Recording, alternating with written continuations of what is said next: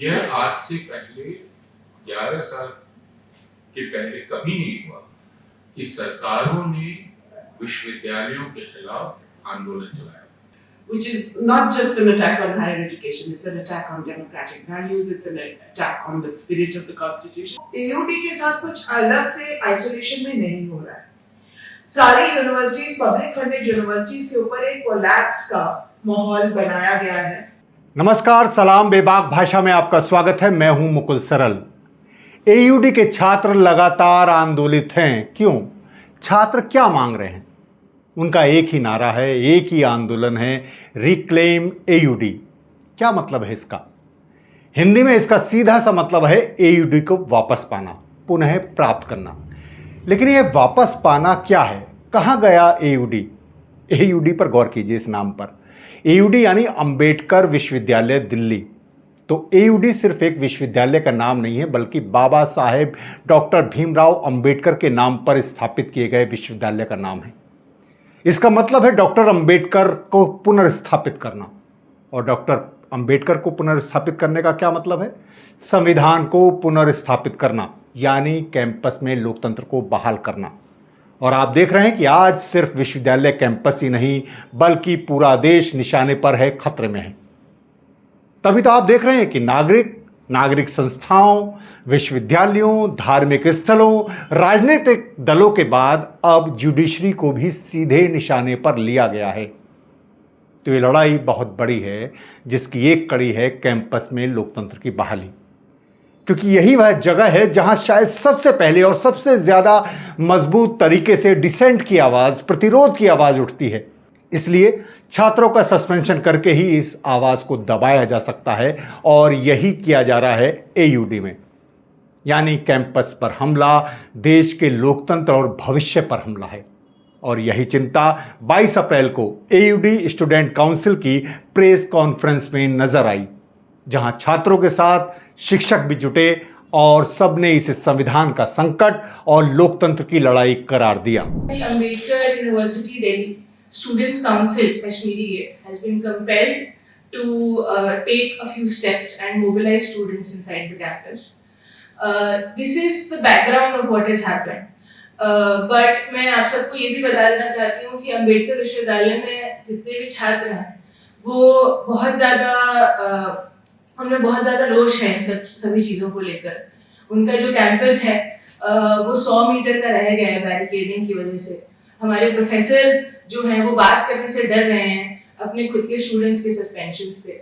हमें नोटिसेस दिए जा रहे हैं, हमें कैंपेन नहीं करने दिया जा रहा है। तो इसीलिए AUD द्वारा जो है एक मूवमेंट जो है कैंपस में चलाया जा रहा है। मैं एक ही चीज पॉइंट आउट करना चाहता हूँ to the press that in any university the management is supposed to meet with someone from the students. अगर आप स्टूडेंट बॉडी में किसी से नहीं मिलेंगे तो कुछ भी इशू हो, चाहे वो बेसिक इशू एकेडमिक्स का, इंफ्रास्ट्रक्चर का, या कोई वो बड़ा इशू हो जैसे अभी चल रहे हैं, कोई भी इशू रिजॉल्व नहीं होगा if the administration does not meet with the students. If you don't talk, then these things happen. Why are you not talking? Is there some pressure on you? We are asking these questions because at the end of the day union से आपको बात करनी ही पड़ेगी। आज एक issue है, कल कोई और इशू है। बहुत प्रॉब्लम्स हमारे कैंपस में, फैकल्टी जा रही है, इंफ्रास्ट्रक्चर गिर रहा है। यहाँ पर NEP अप्लाई तो कर दिया है, पर 4th ईयर में क्लासरूम्स नहीं है पढ़ाने के लिए। बहुत सारे सवाल आपको बात करनी पड़ेगी। लेकिन अगर आप अभी बात नहीं करेंगे तो this you are setting a very dangerous president, and as a student council we unequivocally condemn it. हमने ये देखा कि पहले कुलपति के बाद जो दूसरे कुलपति आए, उन्होंने पिछली सारी प्रक्रियाओं को नष्ट करना शुरू किया, और उन्होंने खासकर अध्यापकों के साथ एक शत्रुतापूर्ण रवैया अपनाया। यह शत्रुतापूर्ण रवैया था उनकी तनख्वाह काटने का, उनको पदावनत करने का, यानी जिस पद पर हैं उससे नीचे ले आने का, उन पर तरह तरह की जांच बिठाने का। इस तरह पूरे परिसर में एक भय का वातावरण बन गया। लेकिन इस पर भी मीडिया में कोई चर्चा नहीं, समाज ने कोई ध्यान नहीं दिया, राजनीतिक दलों ने कोई ध्यान नहीं दिया। ये एक विश्वविद्यालय जो अभी बन रहा था वो ढह रहा है। और उसके साथ दूसरी चीज हुई, विद्यार्थियों पर हमला। क्योंकि कोई अध्यापक कई कारणों से हो सकता है खामोश रह जाए, लेकिन जो बोल सकते हैं वो विद्यार्थी हैं। हमने हर जगह ये देखा है, जवाहरलाल नेहरू विश्वविद्यालय में भी, हमने जामिया मिलिया इस्लामिया में भी देखा है, दिल्ली विश्वविद्यालय में भी देखा है, और अंबेडकर विश्वविद्यालय में भी तमाम पाबंदियों के बावजूद विद्यार्थियों ने बोलना जारी रखा, और उसके चलते एक के बाद एक निलंबन, विद्यार्थियों को प्रताड़ित किया जाना, दंडित किया जाना, यह आज से पहले 11 साल के पहले कभी नहीं हुआ कि सरकारों ने विश्वविद्यालयों के खिलाफ आंदोलन चलाया। यह पहली बार हुआ कि भारतीय जनता पार्टी और उसकी सरकार ने जवाहरलाल नेहरू विश्वविद्यालय के खिलाफ अभियान चलाया। यह कहा कि यह आतंकवादियों का गढ़ है, यह आतंकवादियों का अड्डा है, जिसका नतीजा हुआ कि उसके बाद बाहर उन पर हमले हुए, छात्रों पर हमले हुए, शिक्षकों पर हमले हुए, ऑटो रिक्शा में, ट्रेन में, बाकी तमाम जगह एक घृणा का वातावरण विश्वविद्यालयों के खिलाफ बनाया गया। पिछले 12 वर्षों से पूरे भारत में विश्वविद्यालयों के विरुद्ध, अध्यापकों के विरुद्ध, छात्रों के विरुद्ध एक जहरीला घृणा का वातावरण बनाया जा रहा है, और यह तब तक जारी रहेगा जब तक यह सरकार सत्ता बने। और इसलिए ऐसे कुलपति लाए जा रहे हैं जो कुलपति ऐसा करने में उनको अब मजा आता है छात्रों और अध्यापकों के साथ। इस अंतर को समझना हम लोगों के लिए बहुत आवश्यक है। बाकी बातें जब सामान्य अवस्था लौटेगी तब हो सकती है। I want to talk about this and the urgent need for solidarity with these students, with the faculty, because this is part of a much broader attack on higher education in India. We are familiar with that. I think those of us from JNU know this very well, but now across India it is evident that there is a systematic attack on higher education, which is not just an attack on higher education, it's an attack on democratic values, it's an attack on the spirit of the Constitution, it's an attack on any feasible way in which India can survive as a polity that we would all like to live in. Delhi state से एक बहुत important university को खोने जा रहा है। नई opportunities तो सरकारें बना नहीं पा रही, लेकिन एक विश्वविद्यालय जो 15-20 साल में 15 साल में खड़ा हुआ था और जिसमें बहुत स्टूडेंट उसको सेंट्रल यूनिवर्सिटी की पैरिटी में देते हुए उसको ज्वाइन करने की कोशिश करते थे फॉर MA एंड PhD, ये अपॉर्चुनिटी खत्म होने वाली है जो लगातार AUD के साथ हो रहा है। AUD के साथ कुछ अलग से आइसोलेशन में नहीं हो रहा है। सारी यूनिवर्सिटीज, पब्लिक फंडेड यूनिवर्सिटीज के ऊपर एक कोलैप्स का माहौल बनाया गया है, और यूनिवर्सिटीज जो होती हैं वो सिविलाइजेशंस को या एक सोसाइटी को जनरेट करती हैं। आप कैसी सोसाइटी को जनरेट कर रहे हैं ये समझने की जरूरत है। तो आज का जो विश्वविद्यालय है वो कैसा, अगले 10 साल में जो आपके पास नई पीढ़ी आएगी जो पॉलिसी मेकिंग की ओर बढ़ रहा होगा वो कैसा होगा, वो एक बहुत ही पोलराइज समाज होगा। सिर्फ ये बात नहीं है कि छात्रों के पास एक डर का माहौल है तो आपके पास एक डरा हुआ सिटीजन पैदा होगा, लेकिन एक पोलराइजेशन भी होगा जहां दूसरों के पास इम्यूनिटी होगी जो वो कुछ भी कर सकते हैं।